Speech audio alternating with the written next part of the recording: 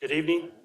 We welcome you to our 7 o'clock meeting that has been announced for our Truth and Taxation of the Weber School District. We welcome those who have come to speak. There's a sign-up sheet, I believe, that Mr. Finley has mentioned. If you have not signed up on the sheet, you still have an opportunity to do that when you'll have an opportunity to speak to the board. So, having said that, we'd like to start with our Truth and Taxation proposal for 2022. Dr. Robert Peterson, we're going to turn the time over to you, please.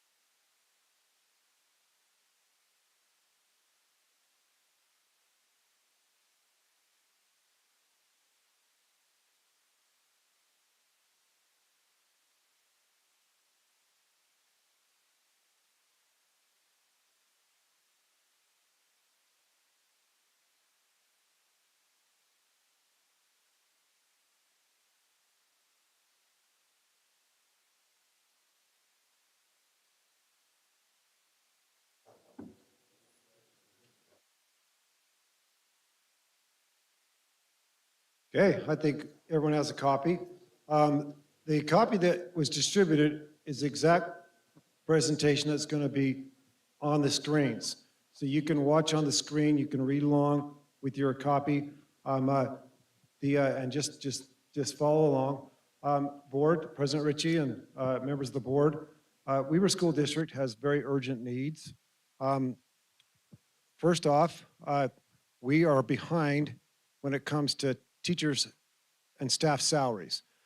In order to recruit, hire, and retain world-class educators, the Weber Board has prioritized increased salaries and compensation. We must remain competitive with other districts in Utah. Our children deserve the very best educators. Also, this amount is needed to honor the planned 7.5% salary increase that we've already negotiated and settled with the employees.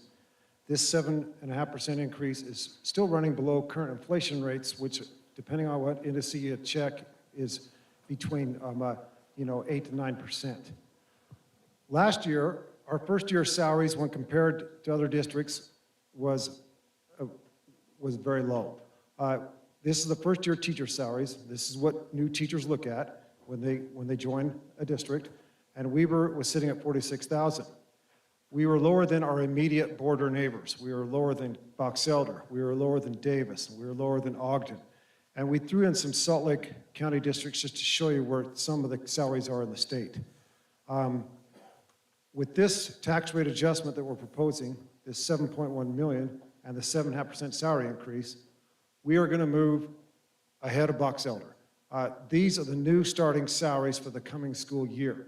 And so we move up a tick ahead of Box Elder, still behind our competitor districts, Davis and Ogden, and still way behind what they're paying in Salt Lake County. I hate to compare to Salt Lake County because it's a different place, but you can just kind of see where we are when it comes to teacher salaries. With this proposed tax rate adjustment, the district is positioned for a more competitive trajectory for salaries. We're heading in the right direction. A second big need, we have two needs we're going to talk about, is capital and school safety enhancements. We're proposing $2.5 million there. Safety upgrades to school buildings. Our buildings are in need of safety upgrades when it comes to entryways, door locks, alert system. There is an urgent need for the security of school buildings for children. Each school should have secure entrances to increase the safety for all.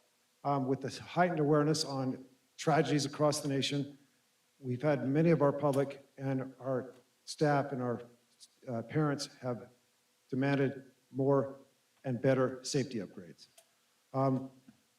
Also, we need to continue to keep up with maintenance schedules for roofs, parking lots, HVAC systems, et cetera.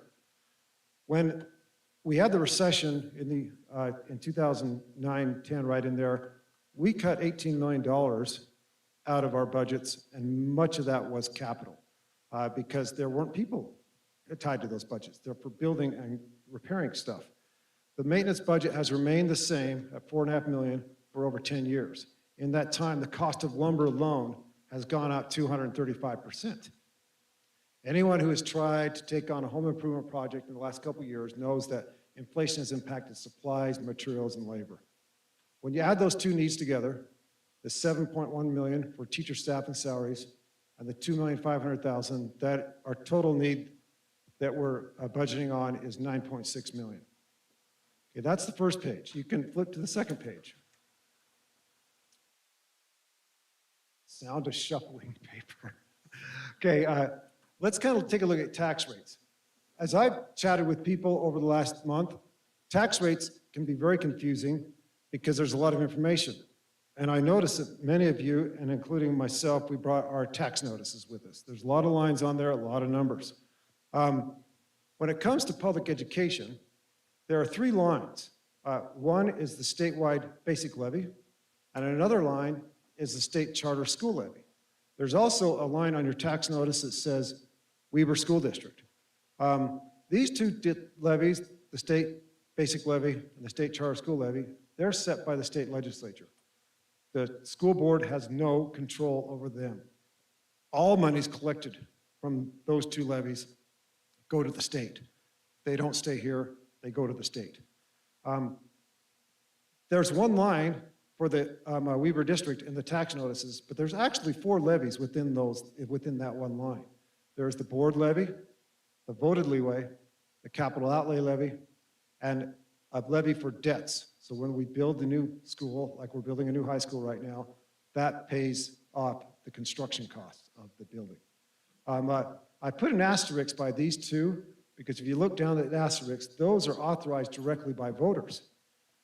So the voted leeway rate, the max, the cap, has been set by voters in an election, as the debt service that's authorized by the voters as well. Last year, the school district's portion of these rates was 3839, 0.003839. The total rate for education, when you count all entities, or all those rates, was 0.005566. That was last year.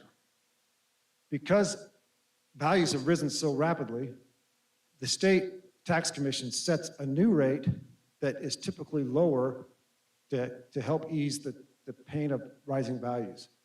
The state basic levy went down a little at 1652. The charter school levy went down to quadruple over 446 for 698. That's a little lower on the state levies. The board local levy was set at 675. The voted at 601. The capital at 737. The debt service was kept at 1343 so we could keep our obligations when we build new schools, which right now we're building a new high school and a new junior high and a new elementary school to handle the growth. So the district rate set by the state tax commission is lower than last year's rate. However, if we want to change any of these and raise additional money, we have to have a truth in taxation. And that's what we're proposing now. We're proposing that we raise the voted leeway from 601, 00601, to 001061. That will raise $9,614, which matches our need. The teacher salaries, $7.1 million, and the safety upgrades and capital needs at $2.5 million. It's interesting also to note, because when I've talked with people, they say, that's not my situation, and everyone's situation is totally unique. If we got all of our tax notices out and looked at them, they'd all be different and in different ways, depending on where you live. But these figures are set by the state tax commission, and they set it as an aggregate average of everyone in the school district. So the cost of an average house is $526,000. That's what your cost may be higher, your cost may be lower, your value. And so we have to base everything on the average value. So the board right now, if they do nothing, the cost to an average taxpayer will be $970 on the rates they control $491 on those state rates, which we don't control. So a total of $1,462 for those rates. If we choose to change, we have to make everyone know. We put notices in the public paper. It's put on these tax notices, and we have a hearing like we're doing now. Our proposed change, the State Tax Commission tells us that on the average would cost $133 over what the rate they set. Not necessarily over the rate of the prior year, but over the rate that they set. And the monthly change would be $11.09. Of course, for many people, because of the rising value, this annual change of $133 could be higher if their value rose very rapidly. Mine, for example, rose twice the amount of what they estimated.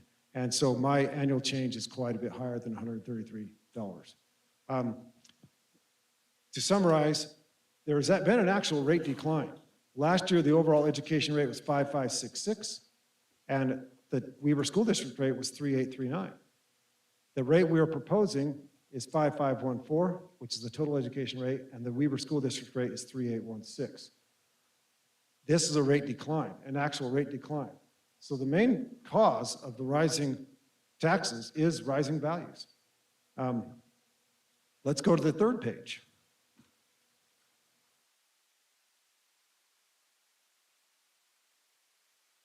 Our board is an extremely frugal board, and we have a very frugal administration. In the last 5 years, we have let the voted leeway rate slip as values have gone up. We've been sensitive to the needs of taxpayers. In 2016, the rate was 1123, and it's dropped to 1060, 963, 907, 846, 748. We are now proposing that we bring that rate up to 1061, which is still lower than the voter authorized rate. We could go up to 1123, but that's not needed. That would raise more money than what our need justifies. And so we're at 1061.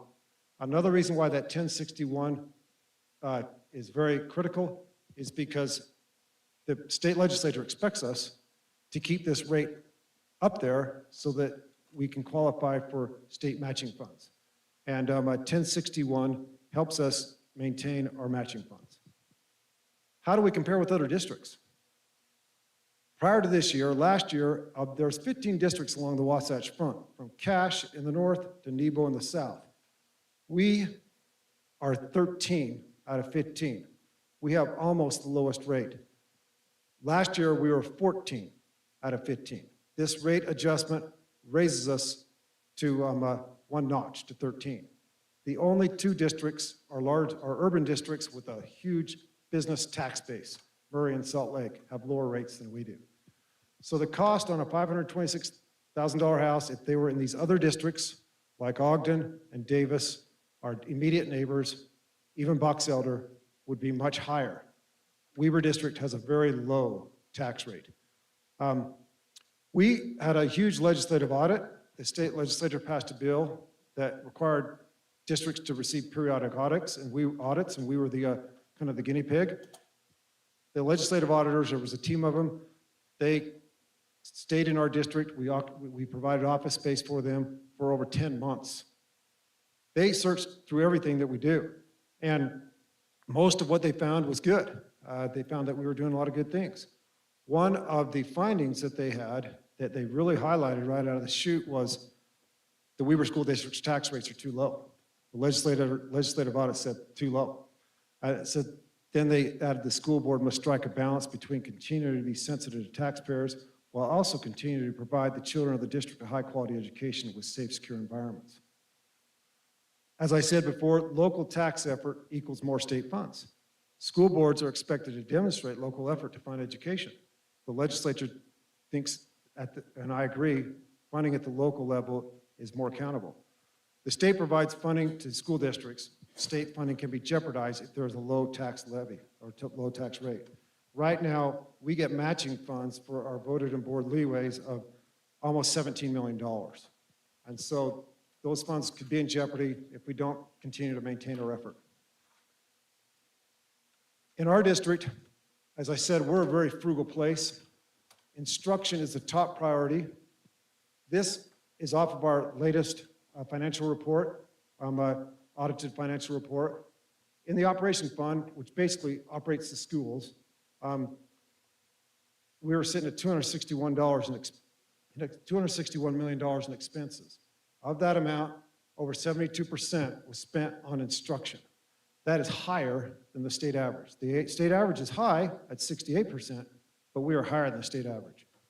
Also, you'll note that district administration and staff of the functions that we're required to report on is the lowest at 2%.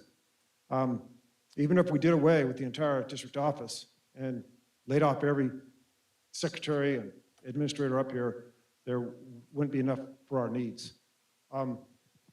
Essential functions are also lean. The one I like to use is how we compare it with human resources and payroll staff. Because most organizations have an HR department or have a payroll department. We're a large employer. We have over 3,200 full-time equivalent FTEs. That's a lot of people. We have a lot of also part-timers and subs that come rotating through. At tax time, we produce almost 5,400 W-2s. We're big. And to manage all that, we have a human resource staff of 9 and a payroll staff of 4. And when I've showed that to people, my colleagues that work in the private sector or other places, they're just astounded. They say, how do you even function? And I say, instructions are job one. We are lean because everything goes to instruction.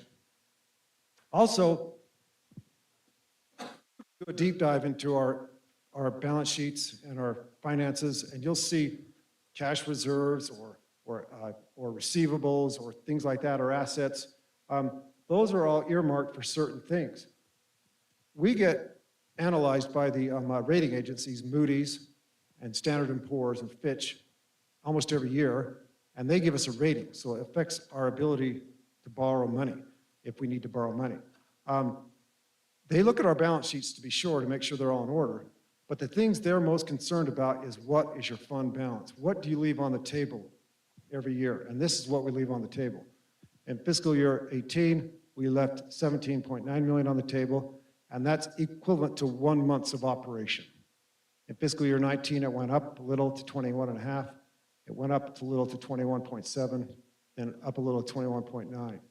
We leave very little on the table, and you'll note it's not growing very fast. It's there for emergency purposes, and once again, just a 1 month of operation. Most well-run households have 3 or 4 months, at least, of operation there that they could rely on if they were in a bind. Once again, we do this because instruction is our biggest priority. The other thing I wanted to say is that a lot of people, and I have personal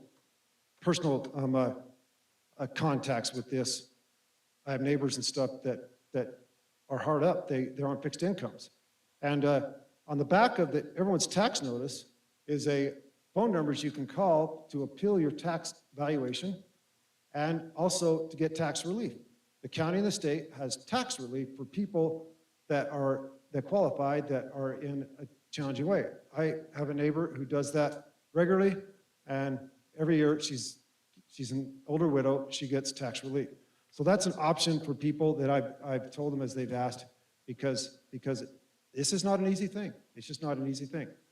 Our recommendation board, as staff, is to set the boulder leeway rate to 0.001061, and then to set the overall rate, which lifts that to 0.005514.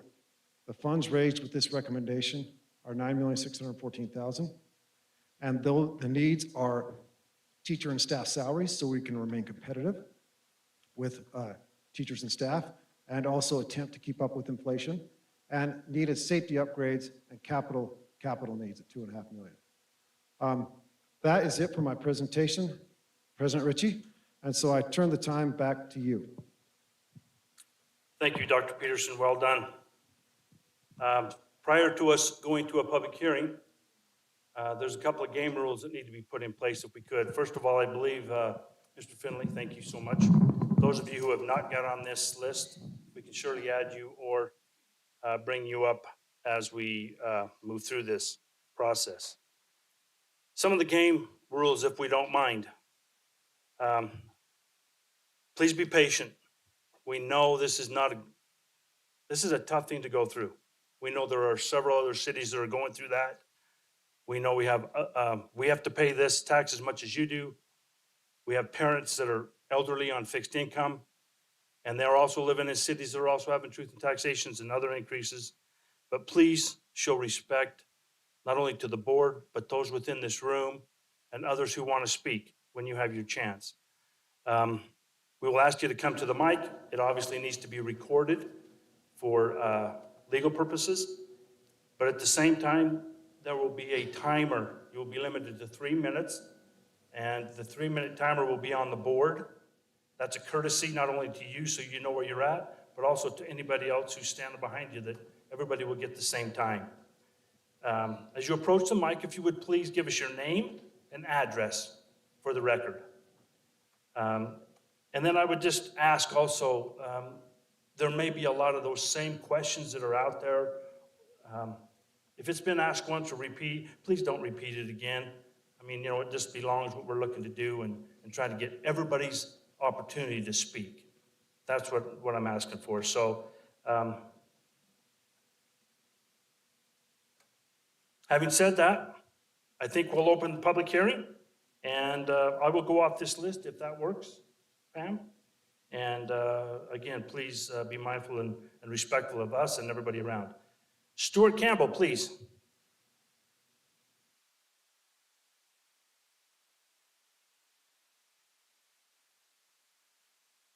Campbell, Pleasant View, Utah. Dear President Ritchie and members of the board, while we are thinking of raising property taxes to fund our school district, let us make sure to pay our teachers better. I am asking that you prioritize teachers over tech, but less technology, and invest in people. Put more people in the classroom working with our students directly. Let's stop funding services that are taking away from education. Oftentimes, Weber is looking like a clinic to help people. There are charity and nonprofit organizations that can help families fill those needs. Stop funding divisive programs like social emotional learning, critical race theory, sex education, and transgender indoctrination. That's a parent's responsibility. Also on the budget, I'm just following up to my comments I made at the June 2022 board meeting, where I spoke about the need for the district to prioritize funding in the district budget to remove inappropriate and pornographic books from our school libraries. I have yet to see or hear any action. How is that coming? What action have you taken? I have only heard from 2 of you. What are you doing to get our district compliance with Utah state law? USB has already passed their model policy, and HB 374 and HB 243 have already been signed into law. Many school districts are starting to remove pornographic and sensitive books and craft their own media policies. I just saw our media policy was updated in 1989. Alpine and Washington districts have already changed that. Superintendent Butters just told me that she wants the district to take its time. Let's not delay to act. Upon being sworn into office, and I just saw you be sworn into office, you all promised to uphold the laws of this land, including the newly passed Utah HB 374. Let's reserve judgment until you've gone and looked at all these materials. This isn't modern book burning. We are parents trying to protect our children. I urge you all to go to stoputahporn.com or Laverne in the library for evidence of these books in Weber School District libraries right now. Our librarians, administration, and even you board members are making excuses and apologizing, stating as excuses First Amendment rights. In the study meeting just before this meeting, you all spoke about the need for funding for school safety.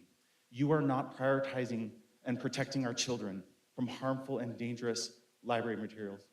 We have books that depict violence, violent sex, rape, incest, descriptions of bestiality, graphic depictions of sodomy, necrophilia, which is sex with dead people, and illustrations.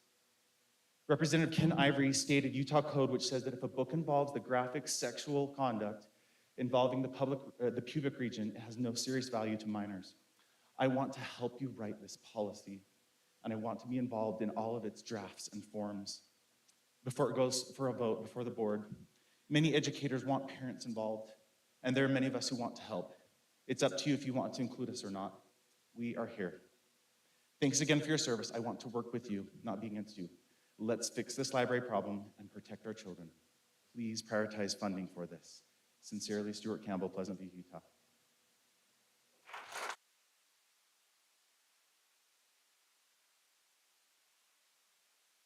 Al McCray.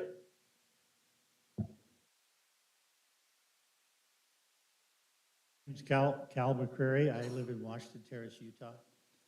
And I've been a member of this Citizens County now for close to probably 45, 50 years. And anyway, so I just want to say that I don't feel like education needs to have one more dime in money until they resolve their administrative issues. Because, you know, we talked about teacher salaries and stuff, but you didn't mention administration salary. Every teacher, most teachers that I know that have left the classroom for one reason, and that's to go into administration because they know that's where the money's at. The salary schedules are a lot larger, the benefits are better, retirement, everything you can think of is better in administration. I know that Jeff Stevens, when he retired, was making in the neighborhood of $268,000 a year plus benefits. And so that's a heck of a lot of money. And money needs to be pushed downward to the classrooms and not given to administration across the board. Also, now when it comes to property tax hike that you were talking about, I don't care what kind of numbers your folks that are a lot better at numbers than I am, you know, you start talking accounting numbers and stuff like that, it kind of keeps some people awake at night and it puts to sleep. I stick with just plain high school math. I take the amount of money that I paid in taxes to Weaver School District last year and the amount that's proposed this year with no budget increase. The one that says no budget increase is still about a 30% increase from last year to this year because of the property valuations. And so you throw in your tax increase on top of it, and it amounts to nearly 49% increase in the amount of money of my property tax dollars going to Weaver County School District. Now, you know what? I don't know how your math works, but in my world, that's a whopping increase.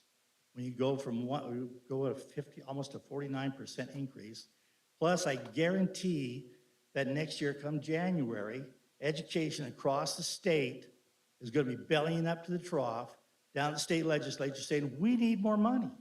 Well, we just passed a bond for you to handle your schools being built, which your schools are built way too expensive. They need to be cut back. It need to be just a basic school. You don't need to build the Taj Mahal, okay? And so, but property taxes are out of hand. You're right, there are people across the state or across this county, they're on fixed incomes. They are barely getting by. Inflation is beating the soup out of everybody. And now you want to propose that kind of increase? It's wrong.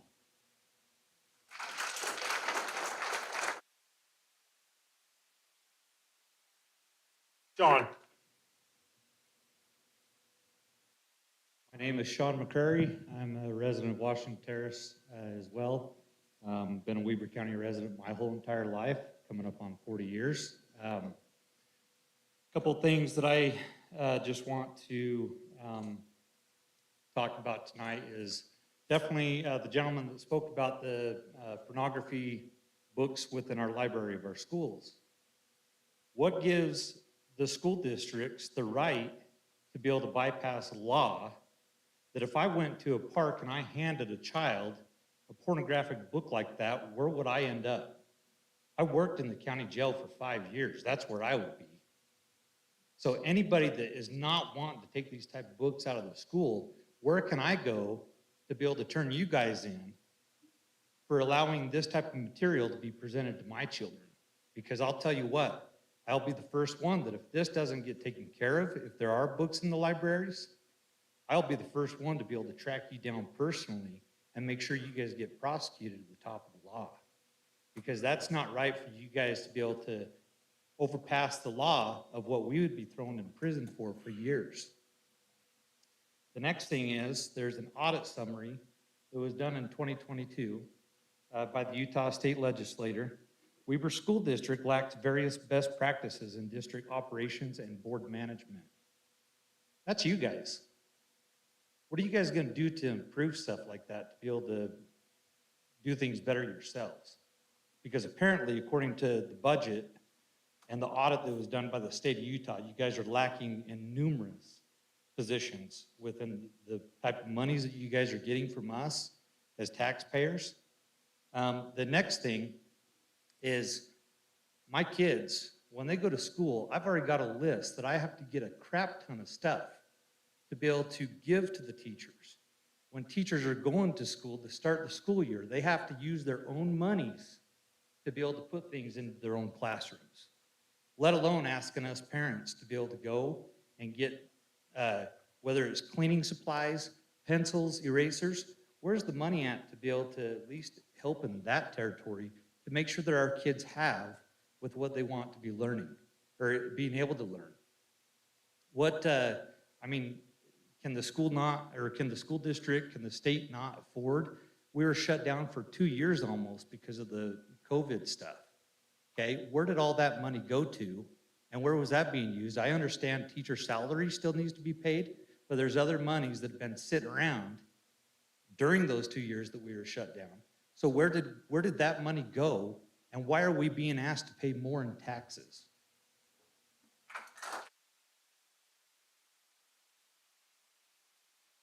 Ken Gardner?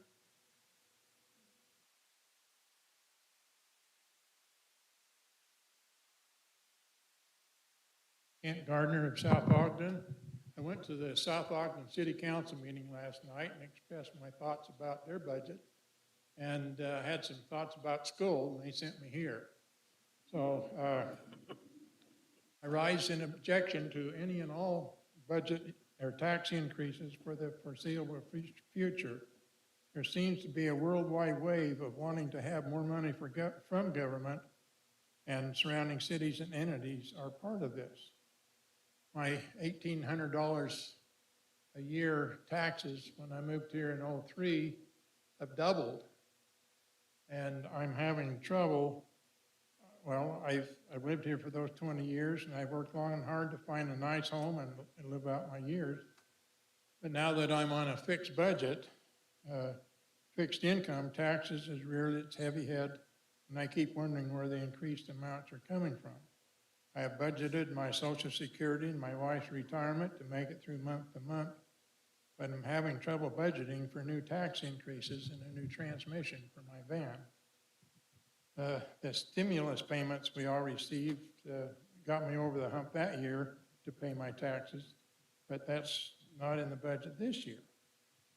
I thought that I didn't express last night, and I'm going to have to do some more research, but I wanted to just throw in my feelings about please stop supporting expensive charter schools and put all that money into our regular public schools to improve the lot of us who have slugged it out in the trenches and have learned that we are better off than those who have been served with silver spoons and silver platters. Thank you for allowing me to express my feelings.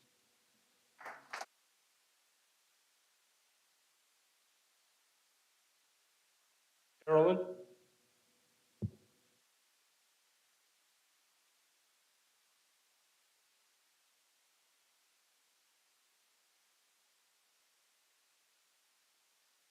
My name's Carolyn Lee-Tuveninkis, and I'm from Ogden, Huntsville. Thank you guys for serving, and with that public service is an oath to support the Constitution, the constitutions, and serving the people, not to reign over them with excessive taxes and legislation. Welcome, Superintendent Butters. I'm just going to ask a series of questions, and I'd like to have maybe you guys respond maybe at the end, because I'm sure that my fellow constituents have similar questions, and thank you to the McCrary's for actually stealing my thunder. Explain the methodology used to decide on a tax increase when gas is 100% more expensive than 2021, and so is food, and so is housing. Housing is astronomical now. How do you propose that? Where's that money going to come from? From families. They're struggling. Can you explain the Weber School District response to that report that Mr. Robert referenced and that my friend Sean over here referenced? Explain why Weber School District overall proficiency over the last 5 years has declined when the district has received additional funds from property tax increases already in 2020, and the 2021 schools were closed for most of the year. This report suggested, contrary to what he only pointed out, that Weber doesn't make enough money or give us enough money for that. Contrary to that, it suggested that the county is not adequately using the funds already received. And there are no performance metrics and goals and proficiency standards that are even discussed at this meeting. Can you explain why? What happened to the $14 million of federal funds that we're receiving this year? Where's that going? Our school district received increased funds from 2017 from $259 million, from 2021 to $335 million. Where did that money go? What did you guys do with it? I mean, like Sean said, for almost 2 years, the school was mostly closed. Where'd that money go? I grant that there are still capital improvements that are being paid for and things like that, but generally speaking, all of us had a reduced lifestyle over the last 2 years with lockdowns, and so our budgets had been changed somewhat. Where's the additional $14 million gone? Where's that money? How have the concerns expressed in that report been addressed, particularly the proficiency decline over the state averages? Weber School District has shown a decline for the last 5 years running. Now, granted, so has the state, but I'm talking about Weber County.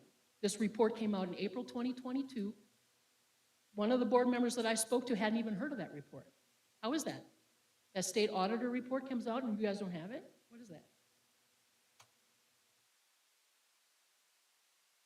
Weber School District has less economically disadvantaged students than the state average, and scores are less than state averages. Can you explain that? Carol, your time is up. Okay, well, I just thank you for allowing me Thank to you. speak today. Thank you. Brent Straight.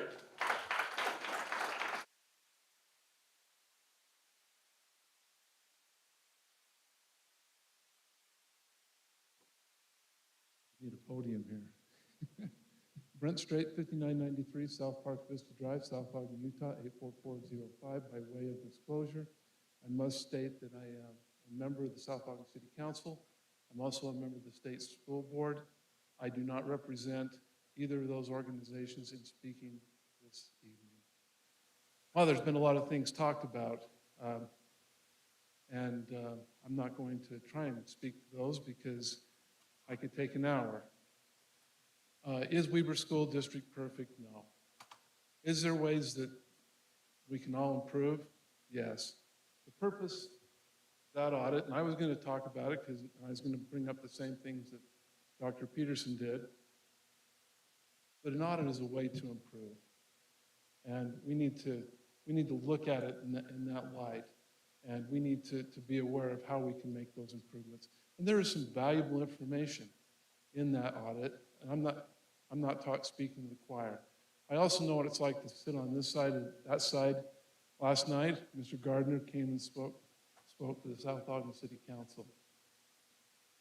I appreciate the public input. I love that the public is involved. But I must state categorically that in my study of what is being proposed here, I support it 100%. Now, do there need to be clear metrics on how that's applied? Absolutely. And guess what? We're not here to talk about that. But I looked over the last 37 years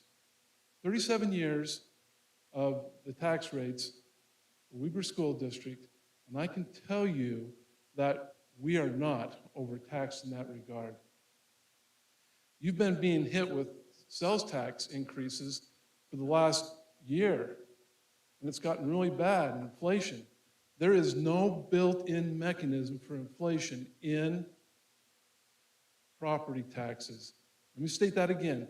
There is zero built-in inflationary coverage in property taxes. The only way you can make an increase is through truth in taxation. And guess what?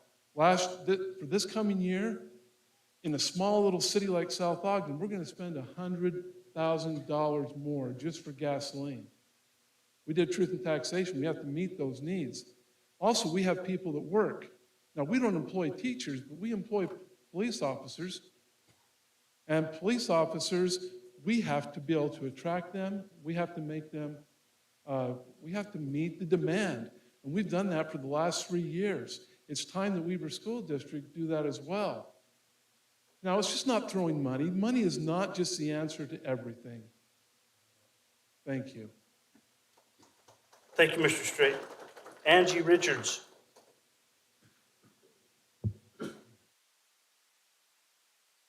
Superintendent Butters, President Ritchie, and Board, thank you for giving me the opportunity to speak today. My name is Angie Richards. I live in South Ogden. I'm a third grade teacher at H. Guy Child Elementary, and I have 5 children. 4 of them are students in the school district, and my oldest graduated from Bonneville High in 2021. As I was thinking about this truth and taxation hearing tonight, I was thinking about when I was in junior high and I needed help on my math homework. I would ask my dad for help. At the end of every tutoring session, he would say, "Let's run interest rates." And I was 13, so I was obligated to groan, but he would teach me lots of economic principles.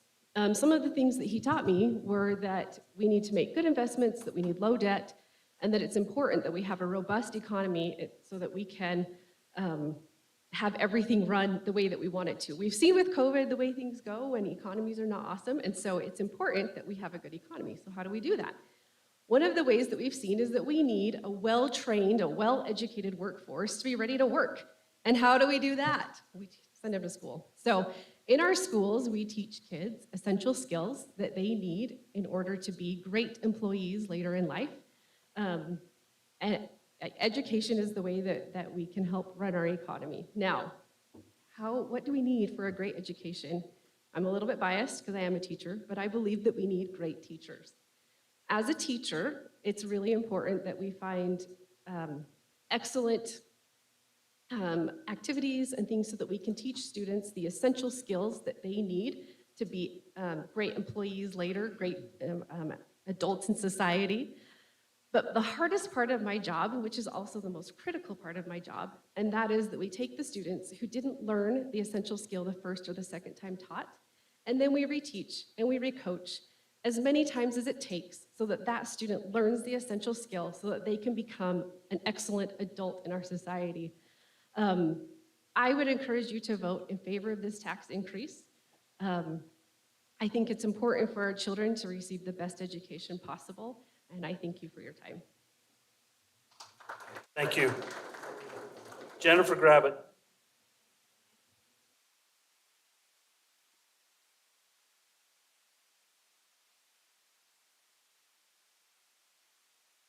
Superintendent Butters, President Ritchie, and Board, thank you so much for holding this hearing, for taking the time to listen to public comment.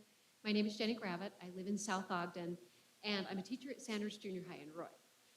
I'll be starting my 28th year teaching, but I was thinking the other day, and I thought, if you count the time that I actually attended school, I'm really starting my 41st year at Weber School District, so I feel like I should be retiring soon. First of all, I want to thank you for being sensitive to taxpayers. That really came through in Mr. Peterson's presentation. I appreciate the responsible and fiscally conservative way you handle money, and Weber's low tax rate compared to other districts is commendable. Thank you for intentionally allowing the tax rate to decrease these past 4 years. As a taxpayer, I'm thankful, especially given the increasing home values and hence property taxes. However, as a taxpayer, I also care about an educated populace. And funding public education is one of the most important things we can do. As you are aware, and as we heard in the presentation, the recent legislative audit concluded that Weber School District's tax rate is actually too low. Without adjusting the rate, Weber School District jeopardizes funding from the state. For this reason and more, I'm in favor of the proposed tax rate increase, and I'm asking you to vote yes and approve. When I served on the State Board of Education, one of the statistics I was always really proud of is the statistic that Weber School District's high educator retention rate. We're one of the highest in the state. We retain our teachers and we keep them in our district. And I believe this is for a number of reasons. I believe it's because our district's strategic and thoughtful. I believe it's because our district trusts educators. And I believe it's because our district truly cares about the whole child and also about the whole teacher. That said, it's getting more and more difficult to attract and retain highly qualified teachers, especially those in their first years. One of the most important effects of voting to approve the tax rate increase tonight would be higher starting salaries for our new teachers. Weber must remain competitive with surrounding districts, and this money is needed to prioritize starting salaries. Thank you, Board, for recognizing this. Similarly, we also need to retain the educators we have currently. I know many teachers who have left teaching, and while it makes me sad to lose quality educators, it also has consequences for our students. One of the best ways to improve student achievement is to retain educators. It's an investment with life-changing consequences. Student success hinges on teachers who stay. And there's a lot of study and information about that. A vote to approve this rate increase is a vote for student success. It's also a vote for safety. It's a vote for security, for peace of mind, for quality instruction, for world-class education. For me, $11 a month is worth this investment. Thank you for your commitment to children and education, and I urge you to vote to approve this proposed tax increase. Thank you very much.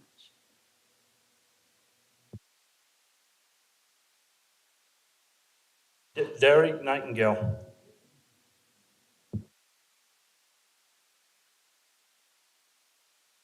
Thank you for this opportunity. This is a little new for me. I'm a little out of my box. I'm definitely here because of this statement. And I appreciate this. This is very nice. This, to me, says if everything were static, that I don't know that I would actually disagree necessarily with the proposed increase. But they're not static. My value, like yours, went up tremendously. 83%. Staggering. And so when you're already going to receive this year an additional 300 plus from me, you're asking me for another 100. 2 years ago, I probably wouldn't have said a word about it. You know, so on and so forth. I think there's a lot of things that are not being taken into consideration when we look at the state of America and our society today. Again, static. Steel prices right now are half of what they were a year ago. Prices are plummeting. Why? Because demand is gone. I think we're headed for something bigger that we're not really prepared for yet. I think wood prices are really about to come down as well. I'm in the manufacturing industry. We work in the house of lean. Do you work in the house of lean? Is our educators working in the house of lean? I get that we need teachers, and I love teachers. I want them to be paid well. But again, administration, who's the middleman? Are they necessary? Is everything necessary that's put in place? What government does well is they spend our money well. They shake us down very well. It's not right. Now, again, I want to support my teachers, the teachers that are teaching my children. My children happen to all be graduates and moved on, but I still want to help pay for the children of our community. But again, in a static world, this would make sense. We are not in a static world. And you're already about to receive an enormous amount of money from us without this tax increase. I think you should at least wait a little while before you institute this. I would encourage you to vote no for now and reevaluate maybe in another year. Thank you. Daniel Bedell.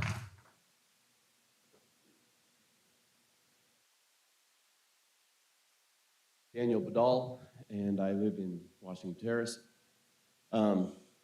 One thing that hasn't escaped me today is that everyone in favor of this tax increase is going to benefit from it.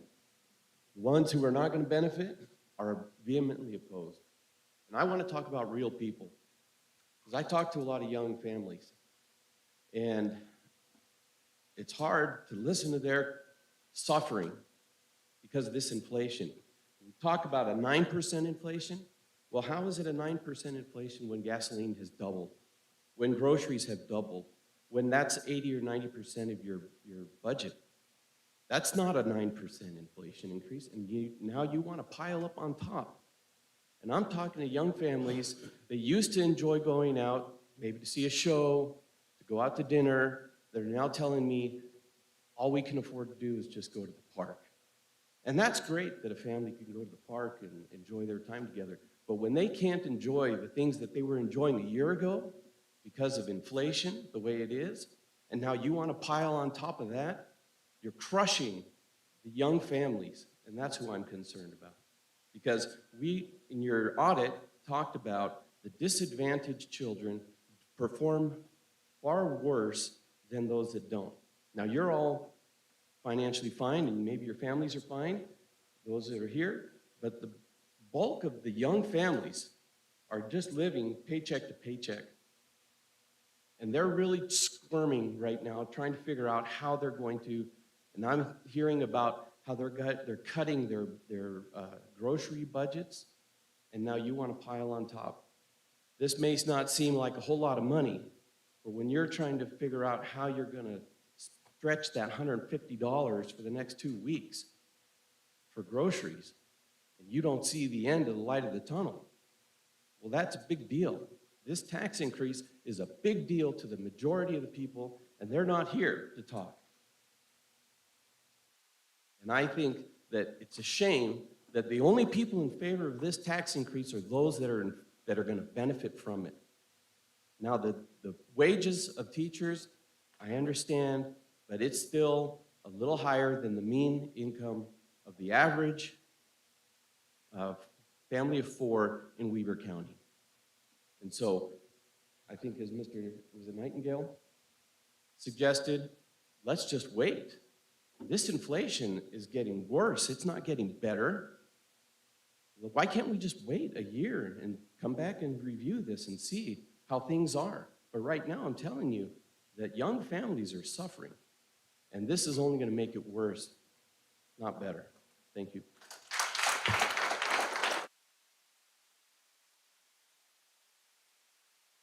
Dennis Brown. Thank you for your time, Superintendent and President Ritchie and Robert. Appreciate your presentation. Dennis Brown. I live in Roy, long-term resident of Roy City. Strong supporter of Roy High School sports. Thank you for your service here as principal. As I mentioned, I've been a long-term resident of Roy for a long time. In the last 7 years, our property taxes have been varied between 3.7% and 10.7% the last 7 years. And this last year, I'm going to kind of drill down, but this last year, my property tax on my home, not my rentals, but my home, increased $672. So that's a 26% increase over last year's taxes. Since the school district, or since the schools are approximately 55% of our property tax budget, I looked specifically at Weber County's budget this year on our tax report. And on my personal property, not my rentals, but we're approximately $1,100 more just for the school district. And that's $312 over last year's budget. And that's primarily due to the increased value of our appreciation of our property. And so that's about 38% increase over last year just for the school district portion. If the taxes were not increased on the school district portion, just because of the appreciation of our property, the school district will receive $177 more this year than last year in revenue. And that's about 22%. I try to provide affordable housing. Some of you know I have several rentals in Roy City, and I try to provide affordable housing. But personally, I can't absorb these tax increases without passing the rates on to my tenants. Last Saturday, I sent a text to my tenants letting them know that if the proposed budget is approved by the school district and Roy City, I'm going to go talk to Roy City in about 2 weeks when they have their meeting, but I have to pass on a $50 a month rent increase to them just to pay for the taxes for their property. That doesn't include, water, sewer, and garbage that just went up in Roy City on July 1st, or anything else like insurance and things like that.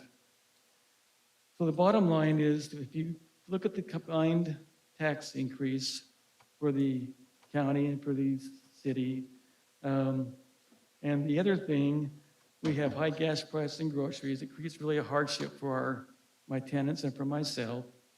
In conclusion, well, I'm over with, but thank you for your time. Please look at the budget and see if there's any place you can look at to try and trim some of the expenses. And I appreciate all your help for everything you do. Thank you. Wanda Knight. Wanda Knight from Far West. On the WSD.net website, I looked up on the 2021 bond, and in 4 different places on that website, it says no tax increase.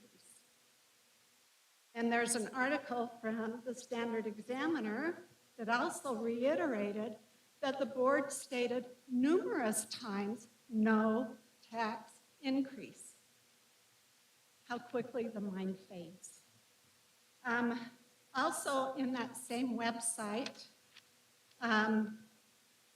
it's interesting because as they were talking about this bond for the schools, it stated 56% of respondents agree that the district needs more funding to deal with the current and future needs. However, only 41% have confidence in the district to manage funding responsibly. That's on your own website. There are 2 other places where it states concerns from the voters and people for the way you manage the money. Taxes for the Weber School District went up 17.4% from 2021 to 2022 on our house, and our house falls in that medium of 300, our house is $314,000. That's more than what you are proposing for a tax increase. That is just by the value of our house. If the proposed tax increase is okayed by you, that would mean you would be getting actually a 27.3% increase in your monies.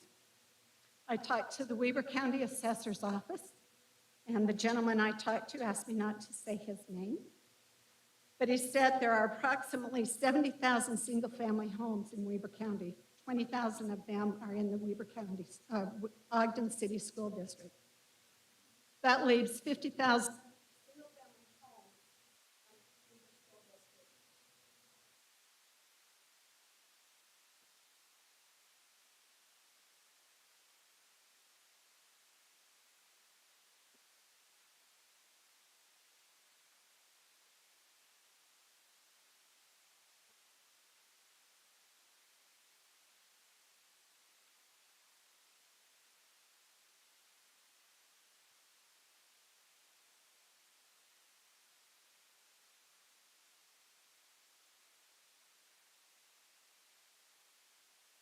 $1.14 million.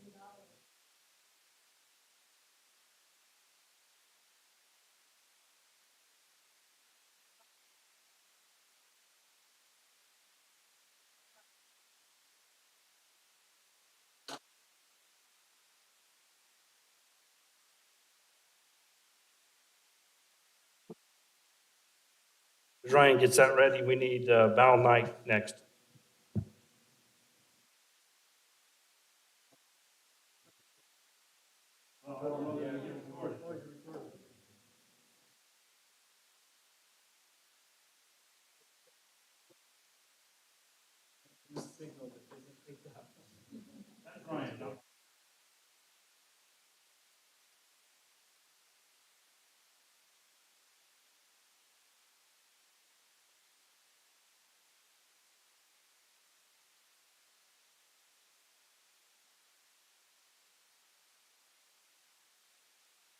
You, Ryan, understands dad jokes. I'm Val Knight from Far West. I'm here to help with some of the things my wife said. Enjoyed your presentation on the taxes. I had all those numbers, very accurate.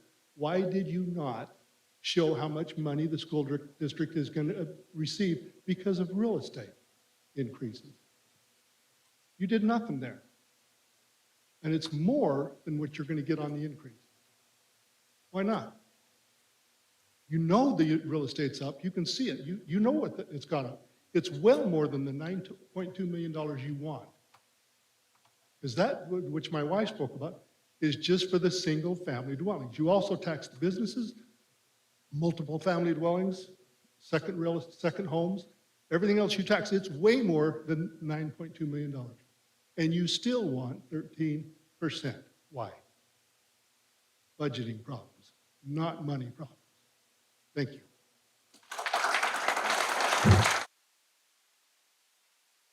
Dave Hanson, I'm going to ask one more time, please respect others, and we can clap at the end of this, but it's 8 o'clock, we've been an hour, we got one sheet, so Mr. Dave Hanson, please. Thank you. I appreciate the opportunity. My name is David Hanson. I live in Liberty, Utah. And I think one of the things the board needs to do is you need to consider purchasing Target t-shirts for these types of meetings. So, I am in the process of retiring. 2021 to 2022, taxes on my home went up 34%. If with the proposed increase, they're going to go up 52.5%. That's $1,186 more this year that you will receive from me without this proposed tax increase. If that tax increase goes through, that's $1,786.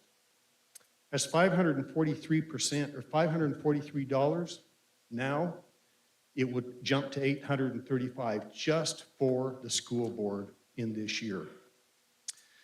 When I take a look at the, I understand the average home cost. I do get that, but I have a question. I don't believe we should be comparing the levy rates. I didn't see any numbers, and I appreciate your numbers, but I didn't see any numbers that showed the dollars per student. The income, the levels, the home values, the numbers of students, the numbers of, all those numbers change by county. The more important number is the dollars per student that is being spent, and I'd like to see that and see how Weber County really compares, because Weber County has some very high-priced incomes, high-valued homes in the area. I was also interested to note that the levy regressed 5 years. Great, it's been going down, but we've jumped back and lost 5 years of benefit through that reduced rate. We get hit on taxes with home. I also noted in the presentation that we're really taxed twice. We're taxed by the state for state funds, we're taxed to the county, and then the county receives money back from the state. So you're receiving money from both the state and the counties. It was mentioned that there's no built-in increase. I contest that there is a built-in increase with every home sale. In the bottom line, in conclusion, it is my opinion that you can meet teacher salary goals. I'm in favor of the teachers. I understand that. I understand the need to meet the teachers' needs. But you can meet those teacher salary goals without an actual increase, a new tax increase, just based on home valuations alone. Every time a home sells, the value goes up. You get more money every single time a home sells, and that is not a static situation. Thank you. Justin Shaw. Superintendent, my name is Justin Shaw. I'm from Riverdale, Utah. Superintendent Butters, President Ritchie, members of the board, thank you so much for holding this public hearing, allowing us to come and express ourselves. I'm a teacher at Roy High School. I teach English there. I also coach lacrosse and help out with a few other things. And as I always wanted to be a teacher, but the pay of the teachers was something that kind of drew me out of the profession. So I was like, well, I'd love to do it, but probably not something that's going to work out for me. So I went and worked in the private sector for 2 years. And then a few years ago, I got a call from a friend who said that Sandridge Junior High was hiring. And I was looking to switch into a different profession, and I thought, well, maybe I'll switch over, see what happens. Maybe teaching, it might be fun, a little adventure or something like that, even though the pay is not very good. And went into it, was hired mid-year, and have loved it. 1 year that I was going to do turned into 2 years, 3 years, 4 years, 5 years. This is actually starting my 5th year. Now, statistics actually show that most teachers leave 50%, nearly 50% of teachers leave the profession within the first 5 years. And when you ask teachers why they leave the profession, one of the premier reasons, the biggest reason that's always mentioned is teacher salary. It's always the #1 reason. And so safety is another thing that this proposed increase would do. Safety, I'm the building safety coordinator for Roy High School. Every time I watch the news and I see that there was another school shooting or something like that involving schools, it's devastating. And I take my job very seriously as the school safety coordinator. And so being able to increase that money so that we can secure the doors as we need to, and being able to pay teachers what they're worth, I think is very important. You might wonder, so this is my 5th year, I'm starting my 5th year, I've chosen to stay in the profession. And the reason why is because it benefits the kids. And ultimately, at the end of the day, keeping teachers who are effective and being able to pay for their safety, that benefits kids. And so I encourage the board to go forward with the rate increase because it will benefit the kids. Thank you. Diane Countryman. Thank you, ma'am. I appreciate and respect your position on that. Thank you so much. Chris Hadley.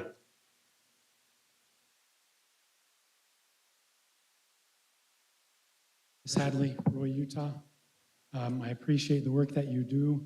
I appreciate that you are holding this hearing, even though you're legally obligated to do so. I suspect hopefully you would anyhow. So I do have to say, I know this is not a hearing about other things, but what more important thing could have been said than get the pornography out of our schools and do it now. Let it in my home. I don't want it in the schools. Get it out now. Let's not drag our feet. I'm one that believes that competition is the best way that we improve. And I'm also one that believes, even though I work for one of the local school districts, not this one, I believe that we could improve the education process to an outstanding level if we opened up the opportunity for there to be more competition, for there to be more groups or individuals to be able to vie for the money that we put up as a state. It's an awful lot of money and not enough competition, in my view. I think one of the problems that we have is that we have the incorrect definition of what inflation really is. The definition that we use now, if we're pumping up a bike tire, we're blaming the tire for the inflation, when it's really the air being pumped into it. The problem is that we as citizens probably aren't vocal enough about talking to our representatives on the national level about knocking off the increased dollars into the system. That's what's inflation. Rising prices is the result of inflation, not inflation. So let's make sure we get that part clear before we start talking about what inflation is. And that means that inflation is not new. It's not a new thing. It's not a new concept. It's been going on for decades and decades. And one day we're going to find ourselves in big trouble because of inflation. I do have to say I appreciate all that you do. I appreciate the work that you do. I think you find yourselves in a hard spot because it's already been advertised that this increase will give teachers and others in your school district raises, and now you're facing us, the public, and we're telling you, don't raise our property taxes, okay? I think you're in a hard spot. I think it's been said, but I'll say it again. There is indeed a built-in mechanism for inflation, and that's called reevaluation. And that happens about every 3 or so years on our properties, and every time a house is sold. Thank you for your time. Jeannie Wendell.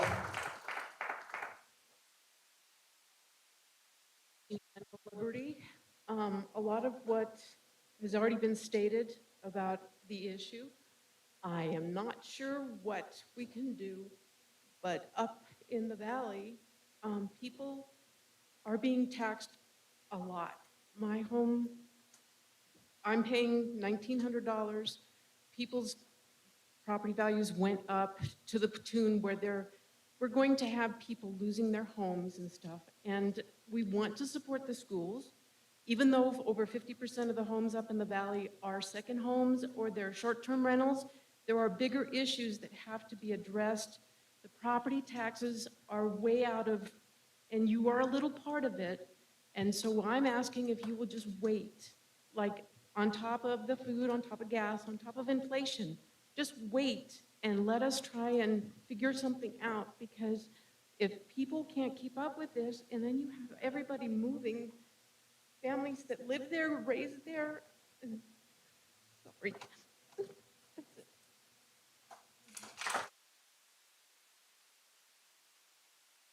On? I think it's, I can't tell if it's Gravers or Gavez. No, Don? Emily Hall.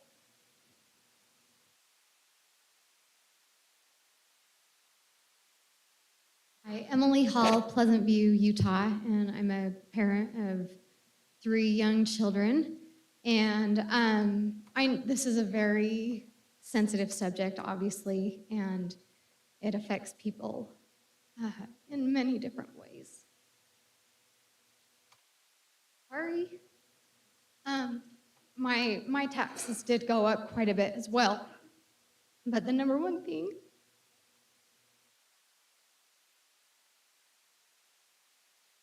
most important thing to me right now is the safety of my children.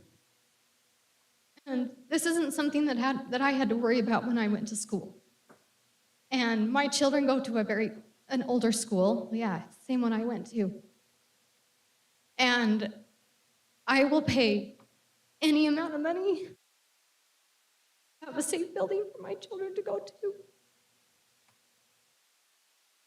Because our school is very old and outdated, our amazing principal has gone to great lengths to get the safety and the security that we need in that building. But I know it's not quite there yet, and I know that there are many other schools in our district that are in the same situation. And so I absolutely support the district in helping to make our schools safer, and then also to maintain and retain and to attract excellent educators. Because without education, our children will not be able to get the jobs that they need. They will not be able to go to college. They will not be able to be the leaders that we need them to be in the future. So with that said, I know it's a lot of money right now. There are many different expenses that people are filling in right now, and it is not easy to meet those expenses. But we cannot put our children's safety in jeopardy one more minute. Thank you. Jesse Wenham.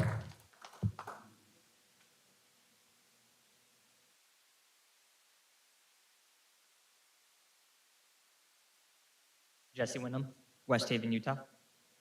I don't think anyone in this room is going to argue that we want better paid teachers and we want safer schools. We absolutely support that. However, what I have noticed is that every person who's come up here for this tax rate has been an educator, and I'm going to express a dissenting opinion on behalf of my wife, who is an educator. She taught for 4 years and then left teaching. Not because she wasn't being paid enough, but because she didn't feel like she had the support of administrators to effectively take care of her children. Her classes were overloaded, she wasn't getting the funding that she needed, and what she noticed is that in all of her schools, the funding was going to pet projects and politics. And she felt abandoned, so she left. And so we want teachers to be funded, but I think more importantly, we want them to be supported. And what I think a lot of people here have shared is that they have a lack in trust in how you're handling the money you currently have. And that a lot of people have stated that you are able to have increases via our increased property taxes to cover more than what you're asking for in this increase. And so I want you to pay the teachers more, and I want you to have safer schools. But I'm asking you to get our trust and do that with what you currently have. Thank you. Alan Frank. Alan Frankie, unincorporated West Weber County, members of the board.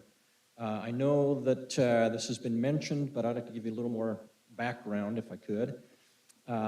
It is my opinion that we are being double taxed, both through the statewide basic levy and the property taxes that are collected by the Weber School District.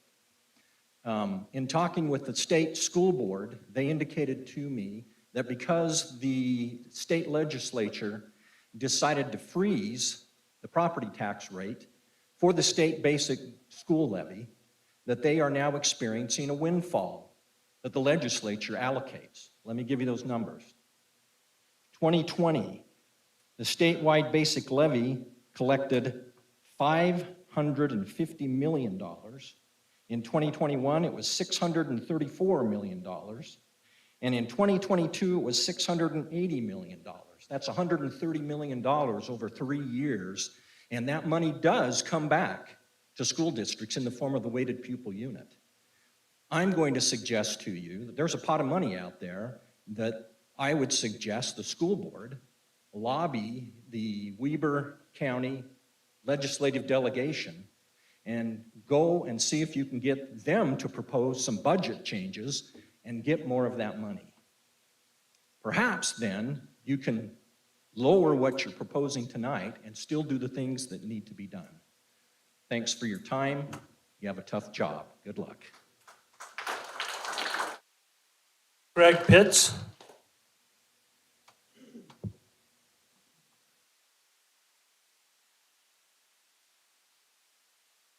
Good evening, President Ritchie, Superintendent Butters. Thank you for this opportunity to speak. My name is Greg Pitts. I live at 3235 West, 3825 South in West Haven, Utah. And I come here to speak in behalf, in favor of this increase. I believe that all our students are going to be gaining from this.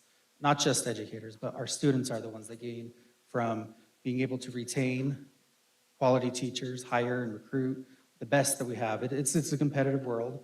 Weber's a great place to live, but it's also a short commute to, one of our neighboring districts. And so in order to keep these teachers that are very influential for our children, and I think an investment in education is something that we can't compromise.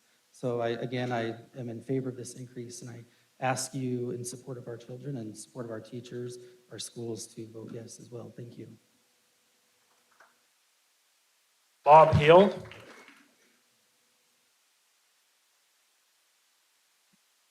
Hopefully I'll be really brief, but home ownership is really a key. Bob Hill. I live in South Ogden, 4865 Birch Creek Hollow. Born and raised in Weber County, educated in Weber State University. Spent 9 years, did 9 years in Southern California. My oldest daughter, I have 6 children. My oldest daughter graduated from San Juan Capistrano High School in Southern California. You don't want Prop 13. I can tell you what that does to literally everything that the government touches or runs. But here's my just hopefully a brief comment. Home ownership is truly a very important factor. You all know, everyone here and you on the board, you all know that people who own their home are much better and much stronger, and their families are far more solid than people who don't own a home. One of the things in our community is we see as the values rise, home ownership has gone from 74% to 64%. Rental rates have gone up 17%. What I did when I was in California for 9 years is I turned around troubled banks that weren't going to make it. In the first year I was in California, 142 banks closed. All 3 of the banks that I was responsible for and hired by the board of directors to fix are all still in business today. Not because money flowed from the government, because back then it didn't. Money didn't flow from the people into the banks. It didn't. Every one of those banks are still alive today because they learned how to tighten the belt a little bit, how to control their budgets, how to develop programs that incited people to be a participant. Now I should have done a little bit more homework about that, but the thought just came to me as I'm sitting here. We have 50 buildings. I don't know how many, but let's just say we have 50 school buildings. $2.5 million. You can hire a police officer every year at a $50,000 pay scale to sit in that school building if you want security. Because I don't care how many doors there are, a rock can be placed in it so somebody can haul something in. I want the kids protected. I have 29 grandkids, and a whole bunch of them go to Weber County schools. And I have a disabled granddaughter. It's important for her to be able to have those special programs. She's learning at an unreal rate. But I don't think you should pass the budget. I don't think you should pass your budget. I think you need to tighten the belt, teach the kids skills. I go to the grocery store, they can't even count back change. Thank you. Chris Garside? What I was going to say has been said also. But I agree with Mr. Hill. We're all happy that our property values have increased on paper, but if you're not going to sell your house, it doesn't mean anything except for you're going to be owing more money. So that is not a benefit to all of the people that are on fixed incomes. I'm in real estate, and it's not good. The market is really, really ugly, and our kids aren't going to be able to live here. And this is a big reason. Mr. Ritchie, you seemed to lose your patience with us there a minute ago. Yeah, you did.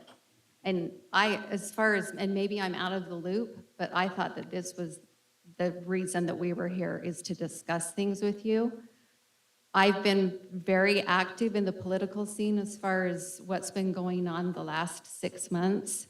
And I guess I do not understand the Board of Education for Weber School District, how we communicate with you, besides coming to a school board meeting.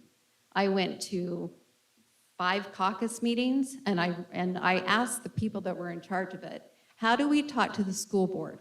How do we talk to the people who are running for the school board?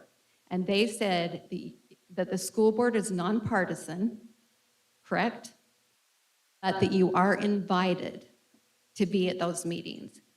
I know there were at least 3 people that were running for the state school board that were at the Weber County meetings that I could speak to. And I think that's important for you guys to know, that we want to talk to you. Maybe if we would have been able to have some of these discussions before tonight, you would have had some of this input before you put the budget together. Okay? I'm really irritated at the levy that was passed. When I look on paper and you have decided to spend, and maybe my numbers are wrong, $151 million for the new school, the new Taylor High School. I agree. Steel's coming down, and maybe that budget will be adjusted, but seriously, we don't need an IKEA like Farmington High, and it's exactly what they look like. We don't need boxes in the football stadium like Ben Lomond High has been. We need a place where our kids are going to learn, and that is all we need. $151 million for a high school is ridiculous, and there are other places that we can spend that money. Thank you. Bryce Lithgow?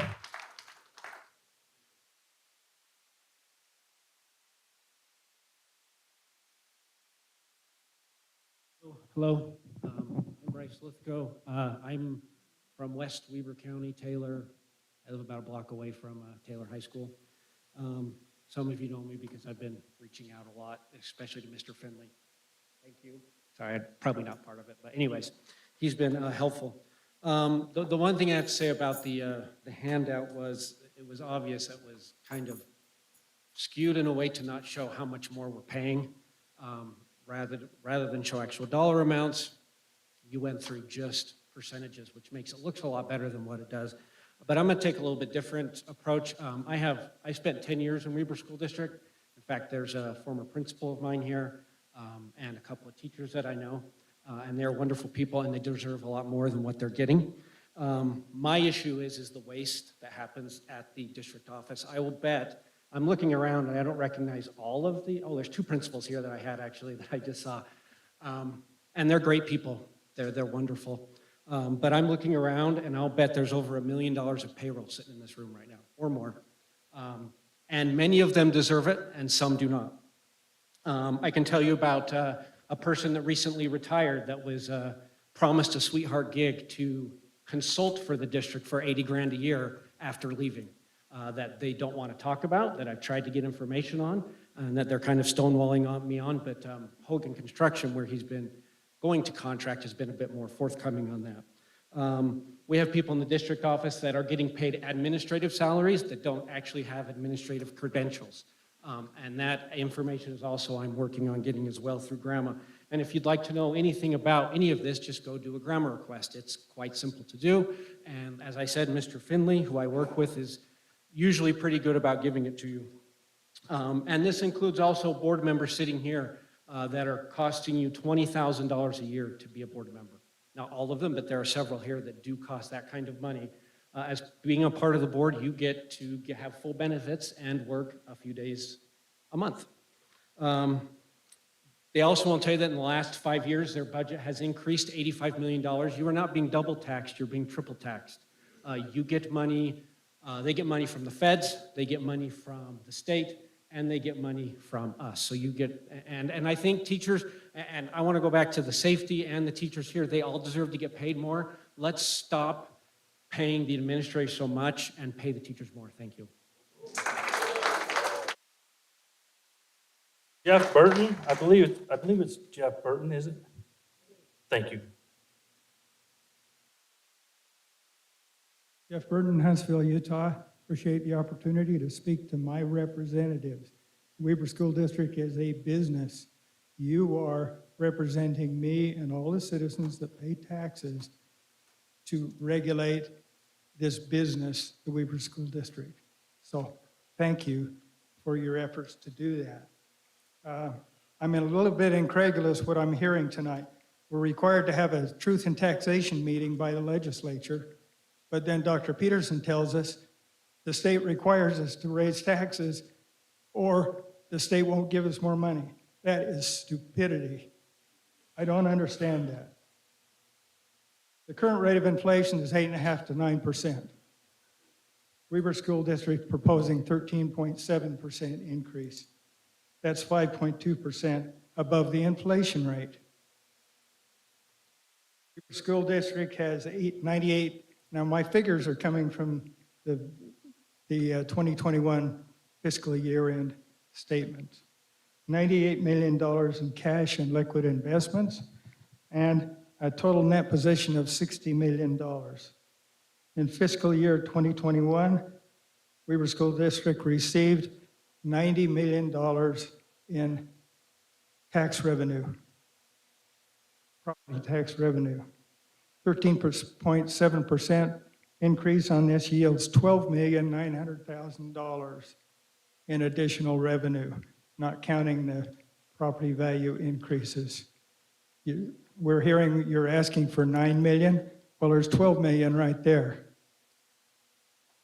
This $90 million you received, $20 million was allocated to debt service, but the debt service doesn't go up. Those are fixed rate bonds. The debt service stays the same. So the school district gets 13.7% increase, but the money doesn't go to debt service, it goes to the general purpose account. So that's a windfall of an extra $2 million. So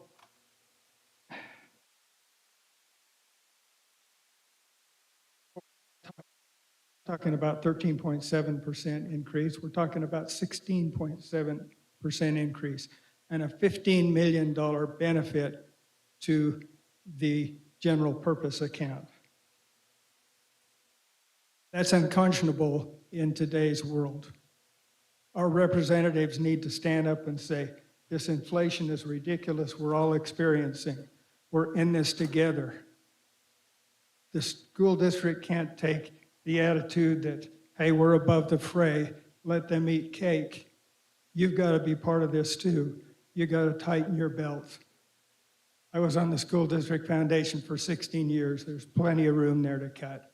Please vote no on this unconscionable tax increase. Thank you.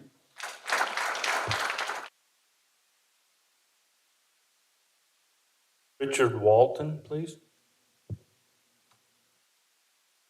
Pretty obvious that I'm not Richard Walton, but got called away. He gave me a note to give to the board. And one of the things he asked me to do too is to have you get out your leather punch and punch a couple extra holes in your belt. And so, but here's his note. He says his taxes in Eden went up 55% on this note.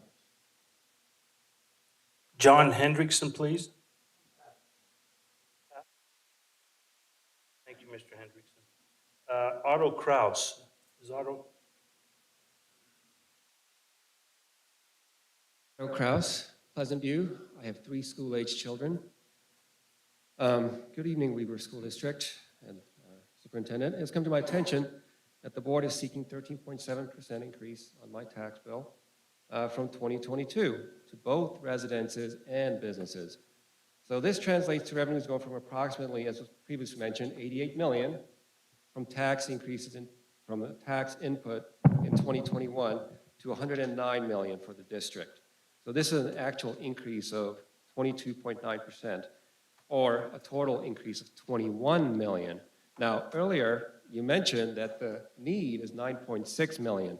I'm just going to reiterate that, yeah, that's a slight discrepancy. 21 million increase with the proposed tax increase versus the 9.6 million need. So that needs to be addressed. And I also went through the financial reports for the last few years for the district. Interesting things I found. A typical budget for the district was around 215 million. So that was for the 2021 year. Previous year is 211 million. A huge jump occurred for 2022 when the budget went to 265 million. That is something I would like to get an explanation for on where that extra 40 to 50 million dollars went. Okay, so the main problem I see for this request is that the board received funding from numerous sources last year, and continuing into 2022, this still has not been paid out to the district from a host of grants and programs due to COVID. You all may have remembered this, the free-for-all financial money dump that occurred in all the states and districts in this country. The allocation for Utah was $616 million, okay? Keep that figure in mind. How much did Weber School District receive? 62 million, almost 10% of the entire state. Remember, we have Ogden School District here that takes up a third of our students. But this district alone that we're here for received 62 million. That's scheduled to be paid out by the end of this year. Okay. That $62 million is about 3 times, 6 times, more than 6 times the amount that we are here debating today, that 9.6 million, okay? Among other things, this funding, I read parts of the CARES Act and the other funding mechanisms that came to the states. It was one of the carrots to mask our kids, discriminate against those who don't go along with the narrative, alienate our impressionable youth, and turn our schools into injection clinics. This I never thought I'd see in my life. Weber School District went along with the fear induced by the media, the health department, and the executive branches of both the state and the federal level government. I want to remind the board that the corporation of the Weber Morgan Department of Health has zero jurisdiction over the Weber School District, which is another corporation, privately held, much less over our kids who attend the public schools that you have been given stewardship over. I would also like to point out Mr. that Kraus, 10 your states time is up. have declined COVID money, but not Utah, not Weber School District. Thank you. Thanks. Christina Dodge. Christina Dodge, please.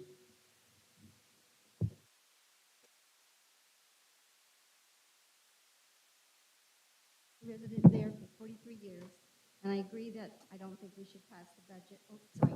I don't think that we should have passed the budget. I think should use what you have. And Riverdale Elementary School's been there 43 years, and maybe 35 years the trailers have been sitting outside where the students have to go in the winter and the summer. And you talk about safety, those trailers aren't safe for those kids. And I was reading on a thing, it's only 33% for math and reading coming out of Riverdale Elementary. So what's the problem? The teachers? Where's the money going? Riverdale has all the businesses all over giving you money for funding and that, but this little Riverdale Elementary is just sitting up there on the hill left. You did do a parking lot for the parents to drive their kids and drop them off, but as far as I can see, there's nothing been done with that Riverdale Elementary for 43 years that I've been there. Thank you. Nate Richards. Is Nate Richards with us still? How about Patrick Hansen? He had to leave. I'm at the end of the list. Is there anybody that would like to address the board that did not get on the list? Please come forward and state your name. Seeing none, I would entertain a motion to close the public hearing.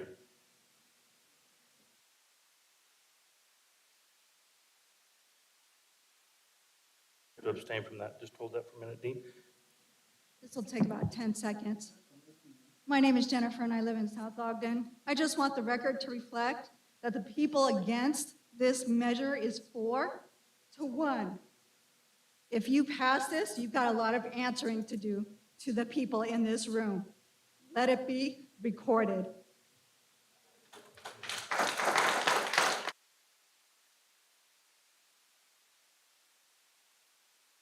So we've come to the end of our public hearing. Dean, you entertain a motion. Dean, does that still stand? Motion by Dean? Yeah. Second by Janice. Any discussion? All in favor? Aye. All right. Next item on the agenda would be the action item for the tax increase on a 2022 tax increase for the Weber School District. I'd entertain a motion to accept. Next. After the, yeah. No motion?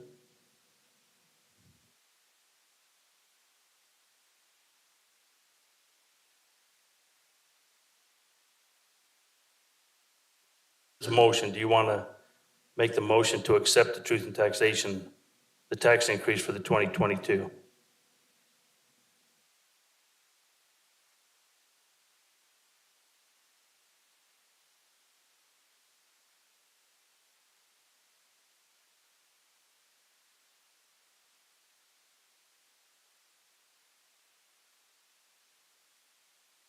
Motion by Paul. Any discussion? Janice?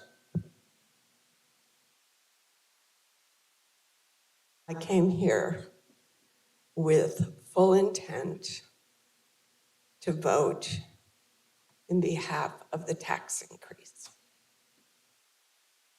But I have been affected by testimony, and I would have to support those who say, let us emphasize what we have for school safety, and then let us wait to see what is going to happen with this horrible inflation and economy. So I will be voting no. Any other board member for discussion?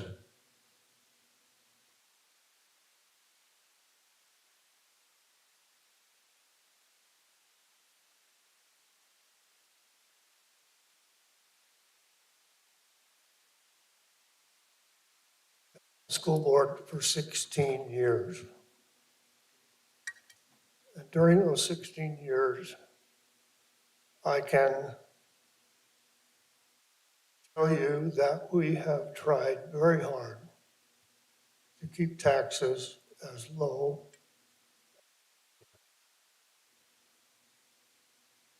I think that's evidenced by the information that you received. Every year since 2016, we have had a tax decrease.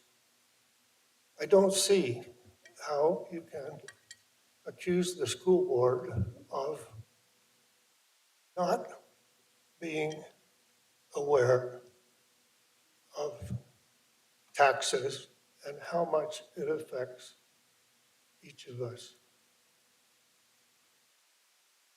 I know that some of you, probably more than I realize, are on a fixed income, as am I. It's true, we do get health insurance. It's also true that we make $400 a month. You can't accuse the school board of being overpaid.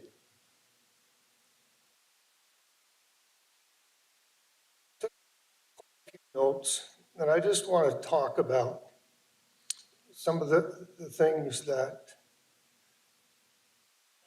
I jotted down. One of the most touching things that I saw tonight was the young lady from Pleasant View who said, "My kids mean everything to me." Well, in a way, we have 35,000 kids, and they mean everything to us. Don't do anything on this school board that would purposely hurt children.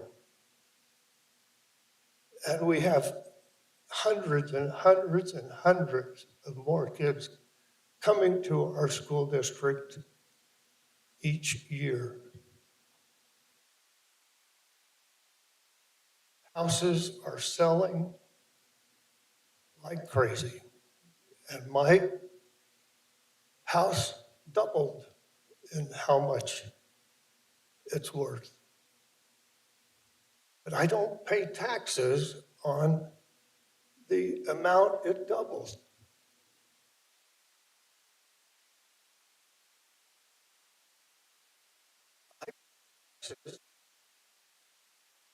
The school board tax is you're taxed on 45% of the value of your home, not 100% of the value, 55.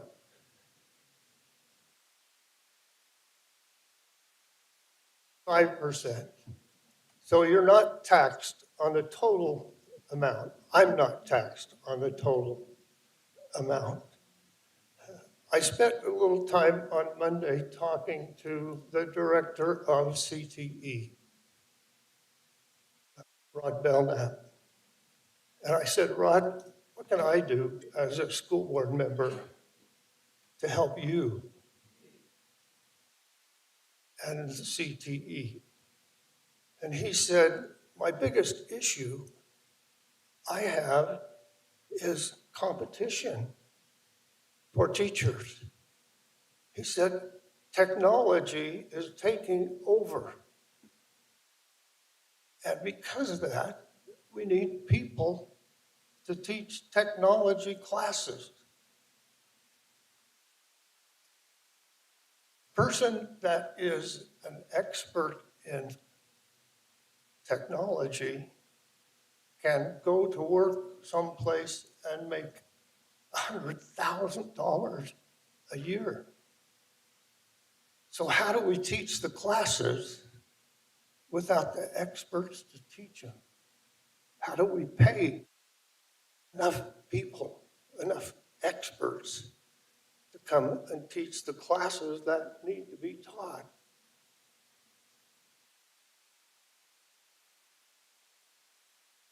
Someone said the classes are overloaded. They are overloaded. And how do we get past that? I was a high school principal. I was in charge of building the schedule. Given X amount of dollars to build that schedule. X amount of dollars comes out of a budget that we live by. And says, I talked to another person who said, I thought this was a math teacher, and he wasn't here tonight. My 3 minutes up. He said, when I was teaching, I had the opportunity to teach trigonometry and then take those kids in my trigonometry class to the metal shop and build what we learn about.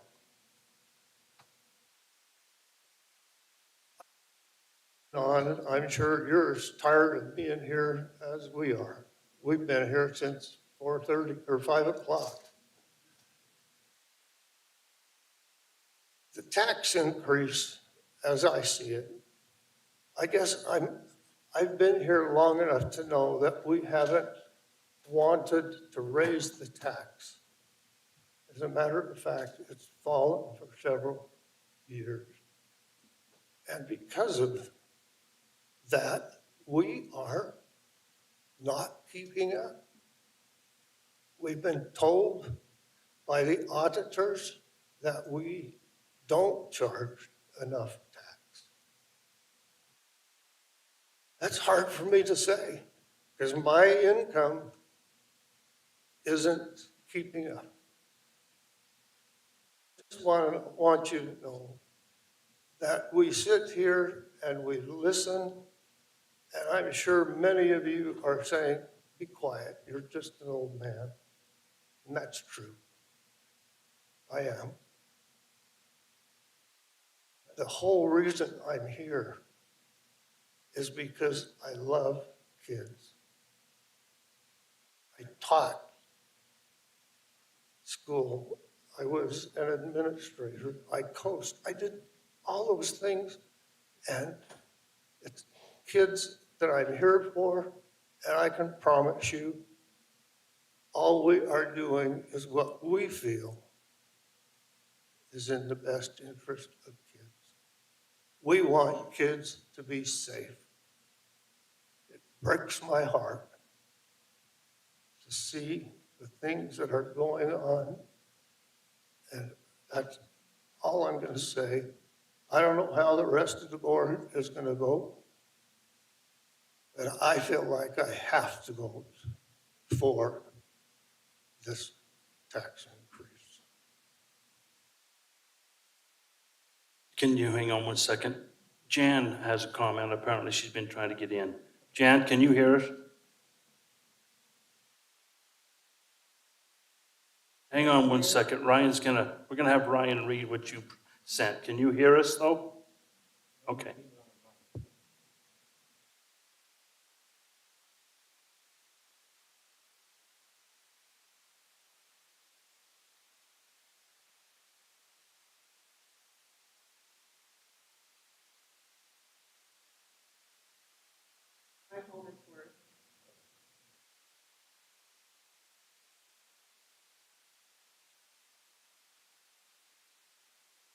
There you go.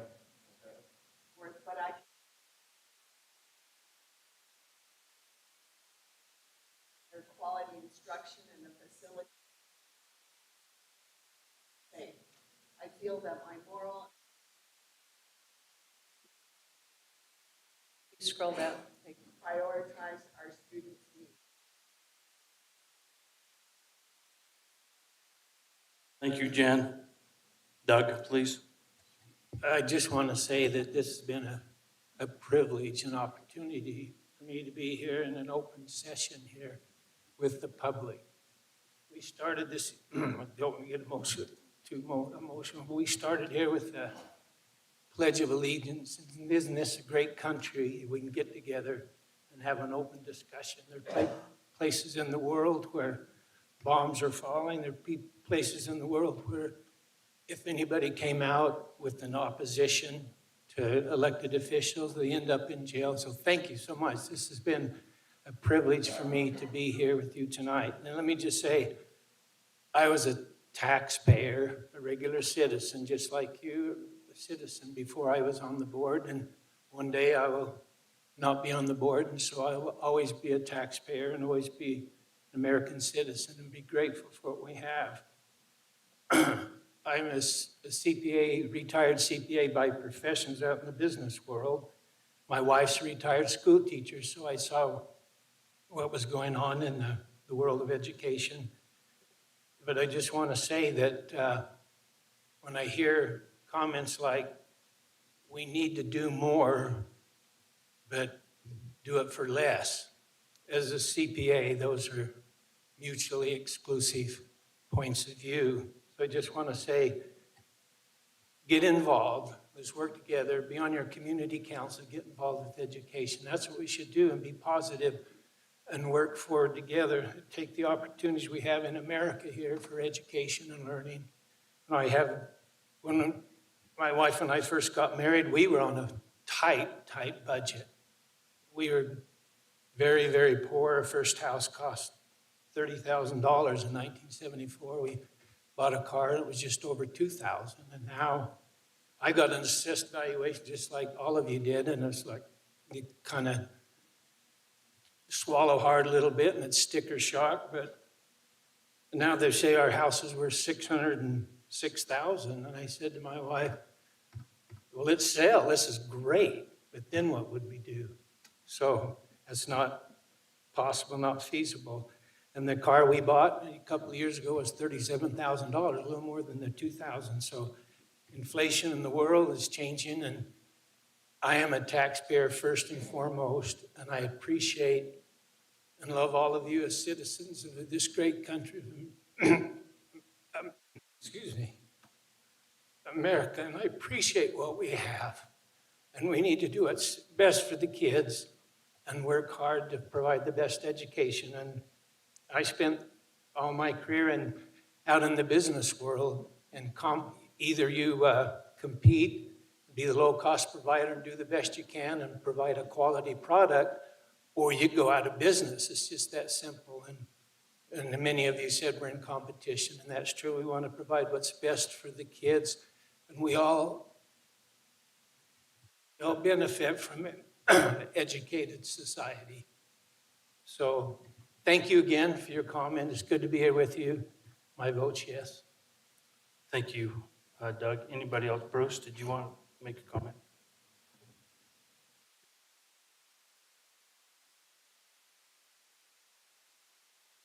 Echo some of the comments that have already been made. We appreciate each one of you. And I'm grateful for your ability to be here. Can't hear me? Grateful for your ability to be here and to be involved. I think that's what makes this country great. It's been a hard night. It's not an easy thing to pass something that is so emotionally charged on both sides. The fact is that there are things that we can do better. There are things that we commit to do better. And there are things that we need. And I think as we have explained these this evening, recognizing everything that has been said, I think the capital, the one thing that sticks out to me, and I come from a business world, but the one thing that sticks out to me most is that on a maintenance budget that we have not increased for almost 11 years. I think if each of you thought of your homes, not only the value of what your homes have done, but think of what the maintenance costs on a home, and many of you live in a home that's 20, 30, 40 years old, and as do I. And I think if you look at what the cost of maintenance on those homes have been, it goes up a lot more than 0%. So I think that is one of the things that stands out to me that needs to be addressed. And greatly, the security issues in these schools. We do have dated schools, but as we've already talked, we're already concerned about the money that we're spending on new schools right now. And I will address this as part of that question because I think it's just. Those schools have gone through time after time after time a revision of how we can better build, less expensively build, and still accomplish what we need to in each one of the high school, the junior high, and the elementaries. We're not building Taj Mahals. We took personal time, we toured many of the schools in the state. Before we even looked at the high school plans, we toured 9 of those. And so I think as you look at what we looked at there, we knew what we couldn't build. because of our understanding to you as a taxpayer and our commitment to you. And we knew what we needed to build to justify what happened with our students and how we can give them an education and allow for them to be competitive in the world when they come out. So as I look at all of those considerations, and I would want you to know that I think it's sad that we're at the bottom of the salary on these teachers. And I think it's sad that but I think it's great that we're at the bottom of that list when it comes to tax rates and what they are. So for me, I would vote yes. Thank you, Bruce. Is there anybody else that would like to make comment?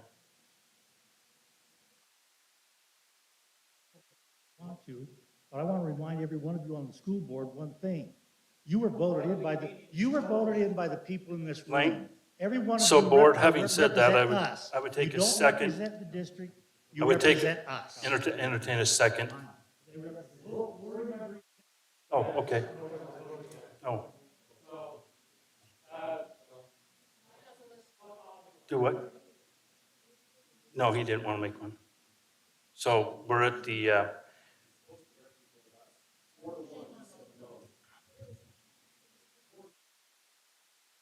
so I appreciate everybody for coming out. Again, this is a very tempered, I apologize, Chris, she left.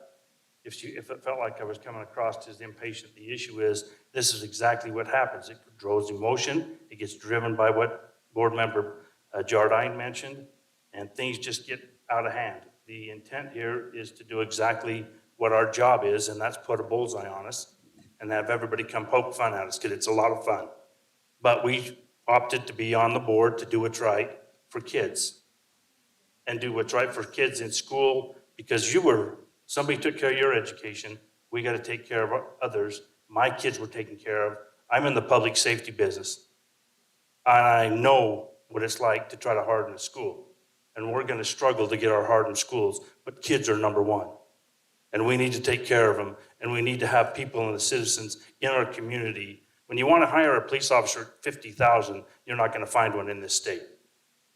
There are 88 officers down where we're at right now. And you got 19-year-old kids coming out of school trying to be a police officer. And we can't get them. So let's take care of our kids.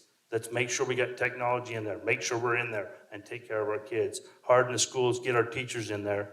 And I'd entertain a second on a vote. All in favor? Oh, I'm sorry, did we not have a second? Yeah, Paul did. Paul did a second. I'm sorry, Robert. All in favor? Aye. Opposed? Jan? Thumbs up for aye? Okay. There you go. So so that passes. Robert, we got a majority vote. To entertain a motion to close the truth and taxation. Janice? Second by? Second by? Paul? All in favor? Aye, thank you. Have a good night.